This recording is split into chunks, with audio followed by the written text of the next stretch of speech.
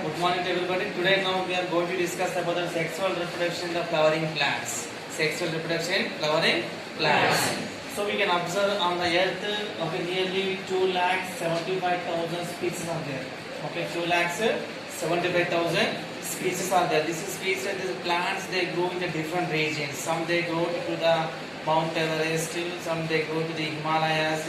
Okay, some they go into the desert areas. So different type of plants they grow into the different areas, but how they can reproduce? Okay, which parts they involving?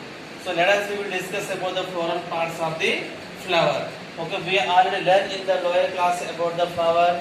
Contain the different type of parts are there.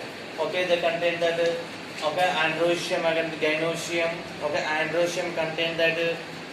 Okay, anther and again pollen tube, and again the gynoecium contain the stigma, style, and again that ovary, and again the calyx and corolla also is there. So you can see especially this contain the gynoecium contain the stigma, style, and again that ovary, and again the anther contain the pollen grains. So before going to the topic, next we can see about there are some flowers that contain mainly divided the two types is there. Okay, unisexual flowers and again the bisexual flowers. Unisexual flowers means which flower contain the only one sexual organs or contain only stamens, okay, or carpels. Okay, only contain the only any one sexual organ is the male or female. Only contain the androecium or gynoecium is contained, that is called as a unisexual flowers. Uni means one. Example papaya, okay, bottle gourd. Okay, next to the bisexual flowers. Which flower contain the two sexual organs? Okay, and androecium and gynoecium, stamens and carpels, both will contain, that is called as a bisexual flowers. Example especially datura. Which flower? Datura and again that hibiscus. So we can see in this flower that the male, okay, both sexual organs, androecium and again gynoecium contain only one flower. Okay, androecium and then the pollen grains they enter into the gynoecium to the stigma. Okay, travel to the style and reach to the ovary. Here fertilization will be take place. This pollen grains how they reach to the one. Okay, based on the how they reach to the one flower and different flowers, they can classify two types are there. Okay, one is called as a self-pollination, one is called as a cross-pollination. One flower pollen grains reach to the same flower. So one flower is there. Pollen grain is the same flower is called as a self-pollination. Okay, example pea family plants. Example what? Pea family. So one flower pollen grains, okay, the transfer to the another flower is called as a cross pollination. Self pollination with same flower, it is called as a self pollination. Example pea plant. Next about that cross pollination, one flower pollen grains reach to the another flower. Here one flower is there, here one flower is there. Reach to the another flower is called as a cross pollination. Example especially bitter gourd. Okay, next bottle gourd. Okay, next cucumber. Okay, red gourd, that are the examples about that cross pollination. Unisexual flowers, bisexual flowers, self pollination and cross pollination. This will ask only one more question. Okay, now let us we can take it to the anther. Actually, anther we can observe that. Okay, we can take the androecium, we can take it out. So we can take one slide and put one drop of water. Okay, then we can take one flower. The pollen grains we can like pressing pollen means pollen floating on the drop of water. We can observe the help of the hand lens, or we can observe under the electron microscope. When observed under the electron microscope, the pollen grain contains this pollen grains. The pollen grains have one cell contain the two nucleus. One cell contain the two nucleus. What are the two nucleus? What is the function? We discuss. Then we discuss about the structure of the ovule. Okay, let us discuss about the gynoecium. Gynoecium, what is the parts? This portion we are taking outside. So one cell contains the two nucleus. Now this portion take it. This middle portion is there, no? This will take it to the outside. This nitrogen will come. That portion take it to enlarging. So we can see this also contains the stigma. Okay, style again that ovary.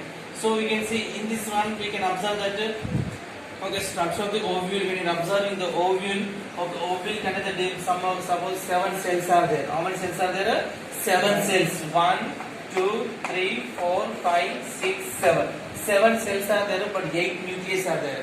Every cell one nucleus is there, but one center cell contains 2 nucleus. 7 cells, 8 nucleus. Main concept here: 7 cells, 8 nucleus. Pollen grains how many? This cell contains the 2 nucleus. How many nucleus?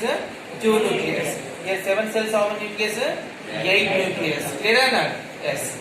So when you are observing this structure of the ovule, okay, the ovule contains the entry part is the called as stigma. This will traveling to the style and reach to the ovary. So this ovary, this you can call as the embryo sac. This you can call as the embryo sac. Embryo sac comes the last one, 2 marks question rather than embryo diagram. So this is how they are traveling. So this portion they are traveling here. So this we can contain the stigma, pollen tube, style, ovary, integuments and the ovule. Okay, next is the embryo sac. Okay, gametophyte cells. How many gametophyte cells is there? 8 is there. 7 cells. Okay, 7 cells is there. 8 nucleus are there. So we can see what is the use. So when to the sexual process, to the cell pollination process means first pollen grains enter the here. The stigma. The stigma to the style they can travel in the here. So we can see this contains the one cell contains how many nucleus are there? 2. Correct or not? But here 7 cells how many nucleus are there? 8. So when they enter here, the pollen tube, the rupturing here. This portion taken outside. First, when they enter the pollen grains through cell cross pollination, they enter the here. And the first one cell enter the here, they can fertilization take place here. Already 2 is there. Okay, 2 is there. Here contain this contains the 2 is there. One the fusion here. One fusion to that center cell. This is called as a polar nuclei. This is called as a polar nuclei. Upper cells is called as a antipodes. Lower cells are called as a synergies. Center cell is called as a polar nuclei. So when the pollen grains contain the 2 nucleus, the one nucleus the fusion here. Already 2 nucleus and one more coming here. Total 3. So this polar nuclei they can develop and take to the form as a endosperm. They form as a endosperm. Okay, endosperm is there. They can one time fertilization take place here. So one more nucleus is there, no? One more nucleus fusion to the ear, egg cell. So here they can fertilization take place here 1 plus 1. Here also fertilization take place. In the embryo sac, 2 times fertilization take place. This is called as a double fertilization process. This is called as a double fertilization process. Then on the foremost question, help of the diagram will explain the double fertilization process. So this you can see why, because in the one embryo sac 2 times fertilization take place. One nucleus the fusion here, one nucleus fusion to that here. So this we can fertilization form as a zygote, embryo fertilization on the form of zygote. They develop the fruit, fruit and the seeds, develop the new one. So what about this endosperm? This endosperm, this embryo, this egg cell development purpose needs some nutrition, food, water they need. So this endosperm is supplying the nutrition to this one. Suppose baby grow in the mother womb, how they get the nutrition to the mother only supplying? The placenta is there, correct or not? So this egg cell, this embryo developing purpose.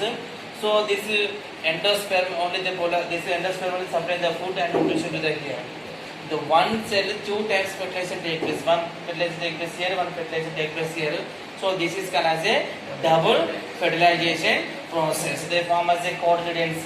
Okay, they can development take place. This embryo, fruit, and the fruit can the seeds and seeds develop into that new plants. So next about the seed germination is there.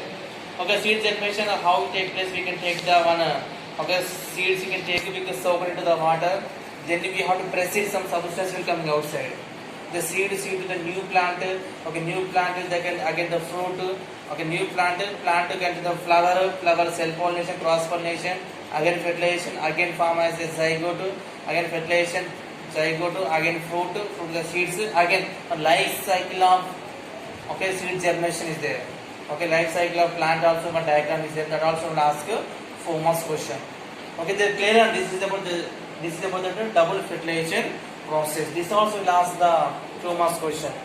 Okay, unisexual flowers, bisexual flowers, cell pollination, cross pollination also 1 mark question they will ask. This is a very important topic. Okay, 4 times questions are there, 4 questions are there, but you can write only one answer. Little bit changes is there. So everybody is clear or not? Yes. This is the double fertilization process. Okay, but the flower and seed germination diagram also is there. It's clear everybody? Yes. Okay.